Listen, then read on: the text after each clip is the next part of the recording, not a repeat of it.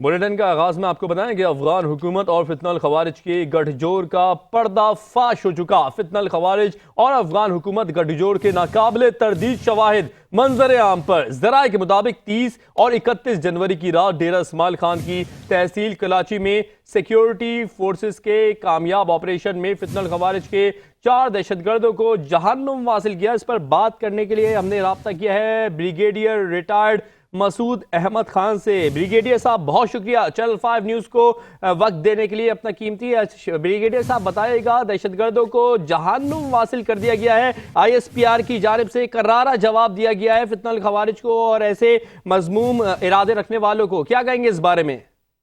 जी हाँ, देखें कि इस कैजुअलिटी या इस दहशतगर्द को जो मारने के बाद से वो जो गठजोड़ है फितनल खवारिज का और अफगान तालिबान का वो अभी जाहिर हो रहा है और इसमें कोई शक नहीं है।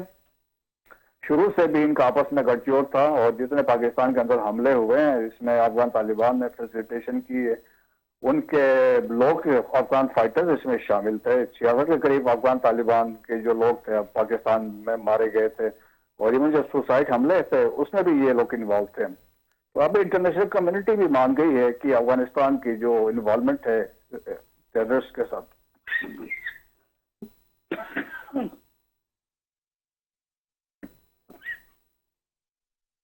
ब्रिगेडियर साहब आपसे मजीद जानना चाहेंगे कि जो गवर्नर मौलवी गुलाम मोहम्मद अहमदी साहब के जो बेटे भी इसमें शामिल पाए गए हैं, उनको हिरासत में लेकर कुछ इंकिशाफात सामने आए हैं?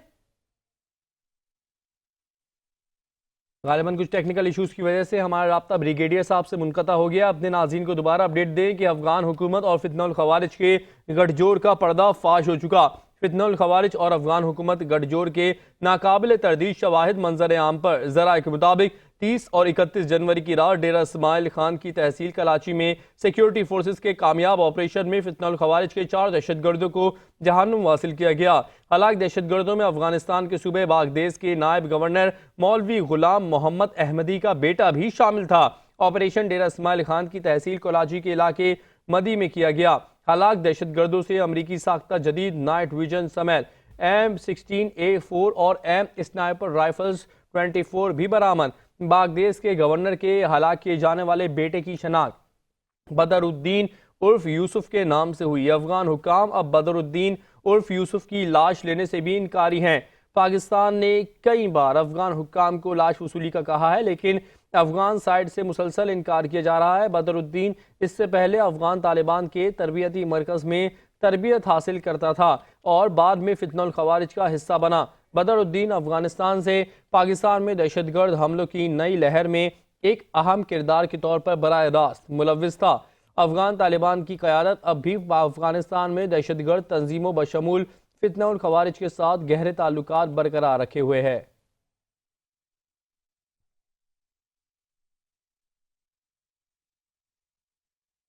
वज़ीर आज़म शहबाज शरीफ एक रोज़ा दौरे पर कोयटा पहुँच गए। नायब वज़ीर आज़म और वज़ीर ख़ारजा इसहाक़ डार, वज़ीर दिफ़ा ख्वाजा आसिफ, वज़ीर इत्तलात व नशरियात अताउल्लाह तारर और वज़ीर बिजली उवैस लगारी भी वज़ीर आज़म के हमरा हैं।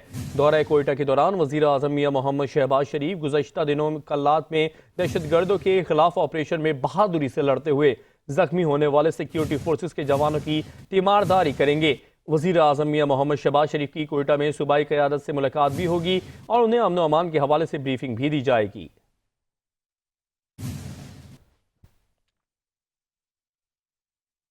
सुप्रीम कोर्ट में मिलिट्री ट्रायल केस की समाअत के दौरान जस्टिस हसन अजहर रिजवी ने रिमार्क्स में कहा है कि क्या धमाका करने वाले और सिविलियंस में कोई फर्क नहीं।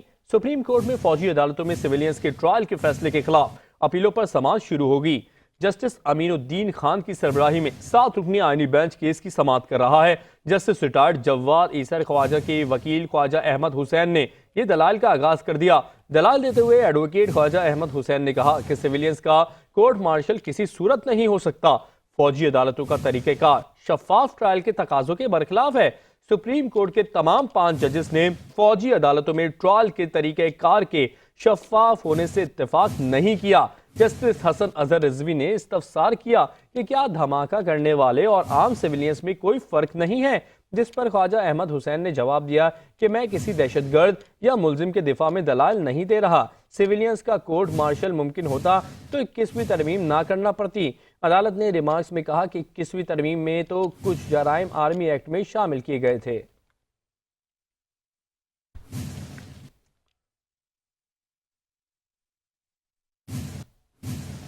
साबिक वफाकी वजीर फवाद चौधरी ने कहा है कि 26वीं तरमीम के बाद मर्जी के जजेस को लाया जा रहा है। 15वीं नंबर्स वाले जज को नंबर 1 करने की कोशिश की जा रही है। ऐसा अमल ज्यादती है। उन्होंने कहा कि 26वीं तरमीम के बाद मर्जी के जजेस को लाया जा रहा है। जजेस को मेरिट पर लाना चाहिए और जजेस का मेरिट पर तबादला करना चाहिए। साबिक वफाकी वजीर का कहना था कि 1937 में जिस बहरान में था वैसे ही पाकिस्तान को बहरान का सामना है।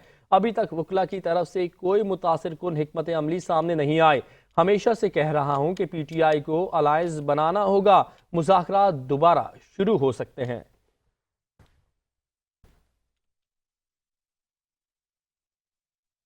पीका उनके लिए जो सहाफ़ी नहीं लेकिन सहाफ़ी बनकर रेटिंग के लिए सनसनी फैलाते हैं। मुस्लिम लीग नून के रहनुमा तलाल चौधरी कहते हैं कि दुनिया में जब कोई कानून बनता है तो आइडियल नहीं होता, वक्त के साथ तरमीम होती हैं। जब कभी बाहर से कोई मेहमान आता है तो PTI ने एहतजाज करना होता है। पीका एक्ट का सहाफ़ियों या सहाफ़त से कोई ताल्लुक नहीं। सहाफ़ी और दीगर लोग पीका कानून को खुद से ना जोड़ें। पीका कानून उनके खिलाफ है जो सहाफ़ी नहीं लेकिन सहाफ़ी बनकर रेटिंग के लिए सनसनी फैलाते हैं। इसलिए सोशल मीडिया को रेगुलेट करना ज़रूरत है और दुनिया में जब कोई कानून बनता है तो आइडियल नहीं होता, वक्त के साथ साथ तरामीम होती रहती हैं। हुकूमत की कोई ऐसी नीयत नहीं कि पीका कानून का गलत इस्तेमाल किया जाए।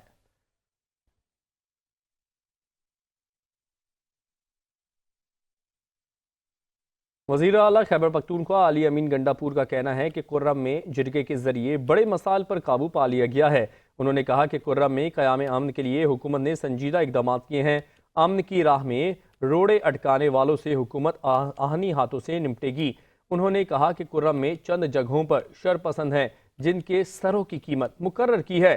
शरपसंदों के सरों की कीमत मुकर्रर की है ताकि मसला जड़ से ख़त्म किया जाए, जिरगे से मसाइल का हल निकाला जाए। चैलेंजेस बहुत हैं, ताहम हर चैलेंज से मुकाबले को तैयार है। बंकर्स कुर्रम में क़याम अमन के लिए मसला थे जिन्हें रोज़ गिराया जा रहा है। उनका मजीद कहना है कि कुर्रम 100 साल से ज़्यादा पुराना मसला है जो वक्तन फ़वक्तन उठता रहता है। राशन की 4 बड़ी खेप कुर्रम पहुंचाई जा चुकी है।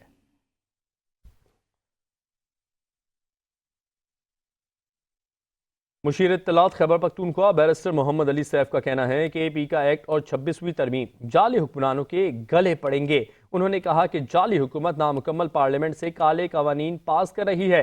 8 फरवरी को तमाम गैर कानूनी हथकंडों के खिलाफ आवाज़ उठाई जाएगी। 8 फरवरी को पीका एक्ट और 26वीं तरमीम के खिलाफ आवाज़ उठाई जाएगी। पीका एक्ट और 268वीं तरमीम फरवरी के इलेक्शन पर डाके के तहफ़्फ़ुज़ की एक कोशिश है। मुशीर इत्तलात खैबर पख्तूनख्वा का यह भी कहना है कि फरवरी को फॉर्म 8 का इस्तेमाल करके फॉर्म 47 की जमहूरियत पर शब खून मारा गया।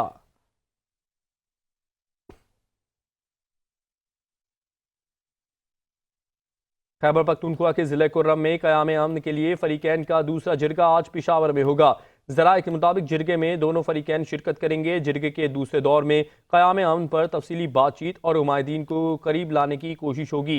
गुज़श्ता रोज़ फरीकैन के माबैन इस्लामाबाद में अहम बैठक हुई थी। इस्लामाबाद में मुनक़िद जिरगे में सोशल मीडिया और अमन अमान पर बात हुई थी। मेंबर ज़िले कुर्रम सैयद रज़ा हुसैन के मुताबिक जिरगे में सोशल मीडिया के गलत इस्तेमाल की रोकथाम समेत क़याम अमन के लिए ज़रूरी इक़दामात पर बातचीत हुई। दोनों फरीकैन के उमायदीन के जिरगे की दूसरी नशस्त पेशावर में होगी। उन्होंने मजीद कहा कि अवाम अमन के लिए तरस रहे हैं और क़याम अमन चाहते हैं। तवील बदअमनी के दौरान पहली बार उमायदीन आपस में बैठे, गिले शिकवे किए। मेंबर सज्जाद सैयद मियाँ का कहना था कि क़याम अमन के लिए उमायदीन को करीब लाने की कोशिश की है। फरीकैन के दरमियान अच्छे माहौल में बातचीत हुई है।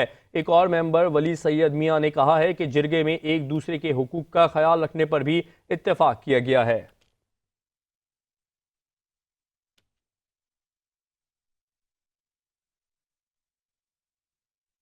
कोई किसी गलत फहमी में ना रहे, इस बार तैयारी के साथ इस्लामाबाद जाएंगे। तहरीक इंसाफ KP के सदर और रुकने कौमी असम्बली जुनेद अकबर खान की मीडिया से गुफ्तगू।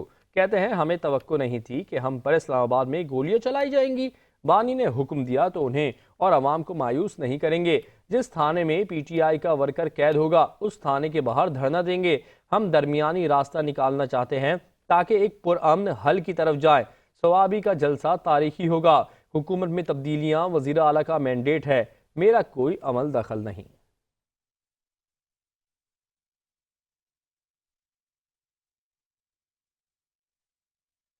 पिंकी, गोगी और कप्तान की नहूसत का साया छट चुका। वो तोहफे में मिली घड़ियां बेचकर खा गया था। विफाकी वजीर इत्तलात अताउल्लाह तारड़ की बानी पीटीआई पर सख्त तनकीद। लाहौर में मीडिया से गुफ्तगू में कहा मौजूदा वजीर आजम शफाफियत से काम कर रहा है। वजीर आजम मियां मोहम्मद शहबाज शरीफ ने मुल्क को डिफॉल्ट होने से बचाया। मईशत में बेहतरी और महंगाई में कमी हो रही है। 190 मिलियन पाउंड मुल्क की तारीख का सबसे बड़ा डाका था।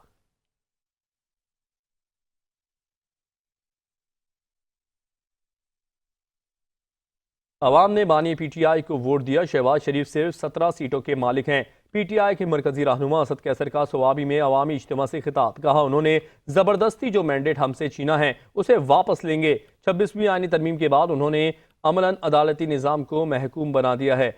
अदलिया को इन जालिमों के शिकंजे से आज़ाद कराएंगे।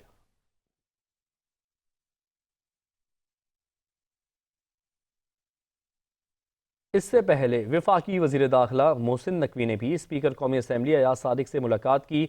मुलाकात के दौरान बाहमी दिलचस्पी और सियासी उमूर और मुल्क की मजमूई सूरत हाल पर तबादला ख्याल किया गया। मुज़ाकरात के लिए हुकूमत की जानिब से मुस्बत पेशरफ्त के बावजूद पीटीआई के रवैये पर भी गुफ्तगू हुई। वजीर दाखिला मोहसिन नकवी ने तमाम अपोजिशन और हुकूमती जमातों को साथ लेकर चलने में स्पीकर कौमी असम्बली अयाज सादिक की काविशों को सराहा। मोहसिन नकवी का कहना था कि अयाज सादिक ने हुकूमती और अपोजिशन जमातों को इकट्ठा करने के लिए काबिल सताइश किरदार अदा किया। इस मौके पर दोनों रहनुमाओं ने मुल्क की बेहतर होती मुआशी सूरत हाल पर इत्मीनान का भी इजहार किया। मुलाकात के दौरान अवामी मसाइल के हल के लिए किए गए हुकूमती इकदाम पर भी बातचीत हुई।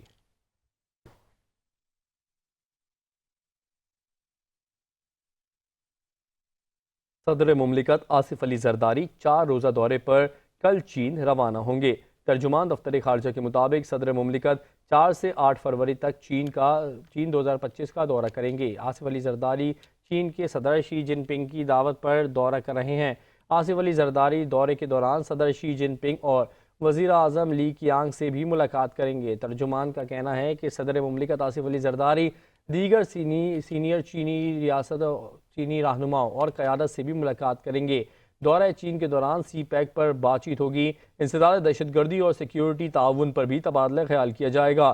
तर्जुमान का कहना है कि चीनी हुकूमत की खुसूसी दावत पर आसिफ अली जरदारी चीन के सूबे हेलोंग जियांग के शहर हार्बन में नवी एशियन विंटर गेम्स की इफ्तिताही तकरीब में भी शिरकत करेंगे। ये दौरा पाकिस्तान और चीन के दरमियान आला सतह के तबादलों की रिवायत को उजागर करता है।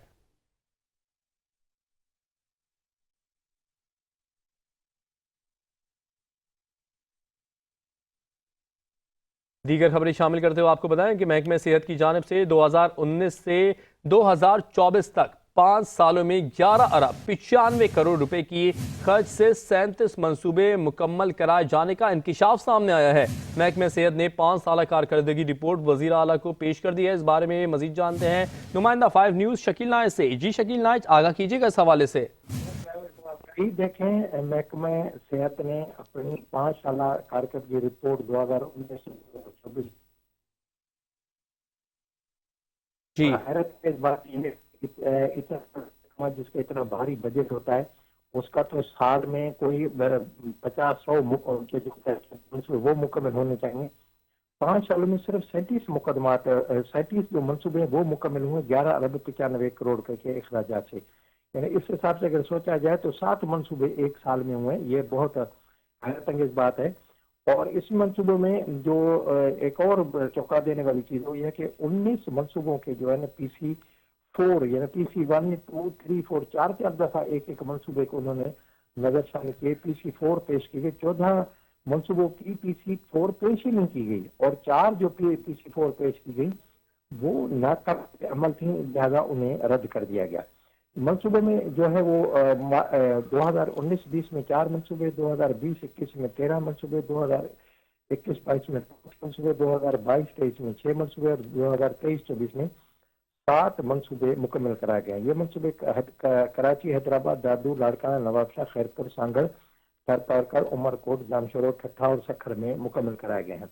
इसमें जो बहुत सारे मंसूबे, जिसमें कोई 70 के करीब ऐसे मंसूबे इससे अलग हैं जिन पर महकमा मनसूबाबंदी और तरक्यात ने गैर तसल्ली बख्श करार देकर उन पर बाकायदा जो फंड्स हैं वो भी रुकवा दिए हैं। जी, बहुत शुक्रिया शकील नाइच, आप हमें अपडेट कर रहे थे।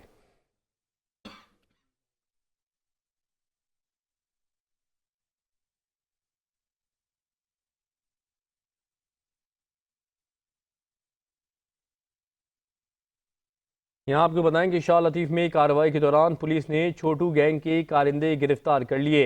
मुलजिमान से 3 पिस्तौल, छीने गए 6 मोबाइल फोन्स, 4 मोटरसाइकिलें, 10 बैचेस और गोलियां भी बरामद हुई हैं। अपडेट करें अपने नाज़रीन को अहम खबर के हवाले से कि शाह लतीफ़ में कार्रवाई के दौरान पुलिस ने छोटू गैंग के कारिंदे गिरफ्तार कर लिए हैं। मुलजिमान से 3 पिस्तौल, छीने गए 6 मोबाइल फ़ोन, 4 मोटरसाइकिलें, 10 बैचेस और गोलियां भी बरामद कर ली गई हैं। शाह लतीफ़ टाउन में कार्रवाई की गई है। शाह लतीफ़ टाउन में कार्रवाई के दौरान पुलिस ने छोटू गैंग के कारिंदे गिरफ्तार कर लिए। मुलजिमान से 3 पिस्तौल, छीने गए 6 मोबाइल फोन्स, 4 मोटरसाइकिलें, 10 बैचेस और गोलियां भी बरामद कर ली गई है। छोटू गैंग पुलिस के शिकंजे में आ गया। शाह लतीफ़ में ये कार्रवाई सामने आई है। शाह लतीफ़ में कार्रवाई के दौरान पुलिस ने छोटू गैंग के कारिंदे गिरफ्तार कर लिए। मुलजिमान से 3 पिस्तौल, छीने गए 6 मोबाइल फोन्स, 4 मोटरसाइकिलें भी बरामद कर ली गई। इसके अलावा 10 बैचेस और मुख्तलिफ इकसाम की गोलियां भी बरामद की गई हैं। शाह लतीफ़ टाउन में एक कार्रवाई सामने आई है जहां छोटू गैंग के कारिंदे गिरफ्तार कर लिए गए। शाह लतीफ़ टाउन में कार्रवाई के दौरान पुलिस ने छोटू गैंग के कारिंदे गिरफ्तार कर लिए। मुलजिमान से 3 पिस्तौल, छीने गए 6 मोबाइल फ़ोन, 4 मोटरसाइकिलें, 10 बैचेस और गोलियां भी बरामद कर ली गई है। अहम खबर अपने नाज़रीन को दे रहे हैं शाह लतीफ़ टाउन से कि शाह लतीफ़ टाउन में कार्रवाई की गई है और कार्रवाई में छोटू गैंग के कारिंदे भी गिरफ्तार कर लिए गए हैं। मुलजिमान से 3 पिस्तौल बरामद की गई है। इसके अलावा छीने गए 6 मोबाइल फ़ोन्स, 4 मोटरसाइकिलें, 10 बैचेस और गोलियां भी बरामद की गई हैं।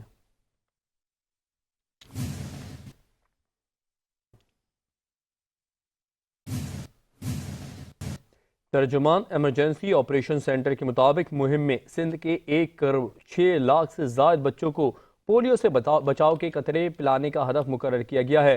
7 रोज़ा इंसदाद पोलियो मुहिम 9 फरवरी तक जारी रहेगी। मुहिम सिंध के तमाम 30 अजला में चलाई जा रही है, जिसमें 81,000 से ज़ायद रज़ाकार हिस्सा ले रहे हैं।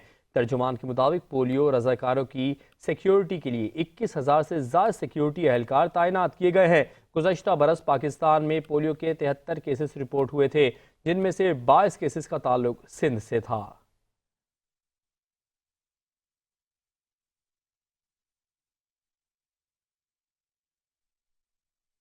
कराची की मशहूर W11 बस, जो अपनी मुनफरिद सजावट और रिवायती अंदाज के लिए जानी जाती थी, अब माजी का किस्सा बन चुकी है। जदीद ट्रांसपोर्ट और बढ़ते अखराजात ने इसका सफ़र महदूद कर दिया। एक दौर में शहर की जीनत रहने वाली ये बस अब नजरों से ओझल हो चुकी है। अरे क्या W11 बने हो, ये मुहावरा तो आपने सुना ही होगा। जी हाँ, कराची की शाहराहों पे चमकती धमकती W11 किसी ज़माने में जहाँ इसकी शान थी, आज ये किन हालों में पहुँच गई है, हम आपको रिपोर्ट करते हैं। रंग बिरंगी सजावट और दिलकश आर्ट वर्क के बाइस पहचाने जाने वाली W11 कभी कराची की सड़कों पर राज करती थी, आज माजी बन गई है।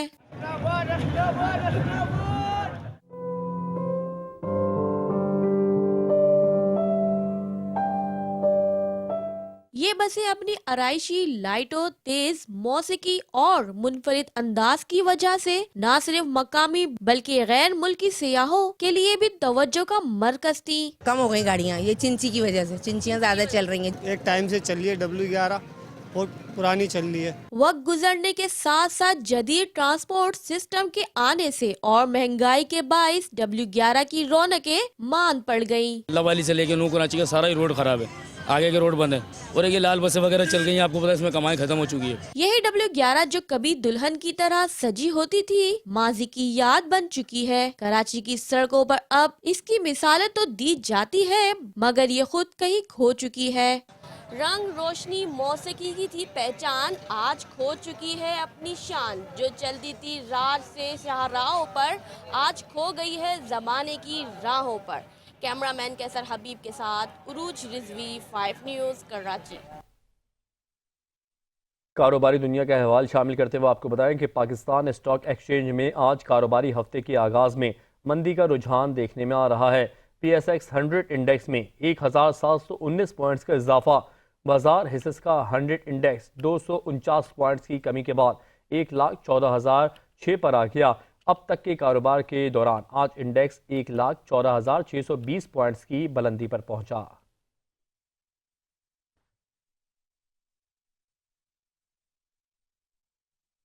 तो आखिरकार बिजली कंपनियों ने 52 अरब का रिलीफ आवाम को मुंतकिल करने के लिए नेपरा को दरखास्तें जमा करा दी हैं। 5 इंडिपेंडेंट पावर प्रोड्यूसर्स की बंदिश के असरात शुरू होने के करीब हैं। नेपरा के मुताबिक बिजली सारिफीन को 52 अरब 12 करोड़ रुपए के रिलीफ के लिए दरखास्तें नेपरा में जमा हो चुकी हैं। दरखास्तें रवा माली साल की दूसरी सैमाही एडजस्टमेंट की मद में जमा कराई गई हैं। नेपरा के मुताबिक दरखास्तों में कैपेसिटी चार्जेस की मद में 50 करोड़ 67 अरब रुपए की कमी मांगी गई है, जबकि ट्रांसमिशन एंड डिस्ट्रीब्यूशन नुकसानात की मद में 2 अरब 67 करोड़ रुपए की कमी की दरखास्तें हैं। ऑपरेशंस एंड मेंटेनेंस की मद में 2 अरब 59 करोड़ रुपए का इजाफा मांगा गया है और अक्टूबर 2024 था दिसंबर की सैमाही एडजस्टमेंट का इत्तलाक के इलेक्ट्रिक सारिफीन पर भी होगा। 12 फरवरी को दरखास्तों की समाअत करेगा, जो फैसला भी हुआ कराची समेत मुल्क भर के सारिफीन के लिए होगा। नेपरा ज़राए के मुताबिक समाअत से कबल यह बताना मुमकिन नहीं कि सारिफीन के लिए फी यूनिट बिजली कितनी सस्ती होगी।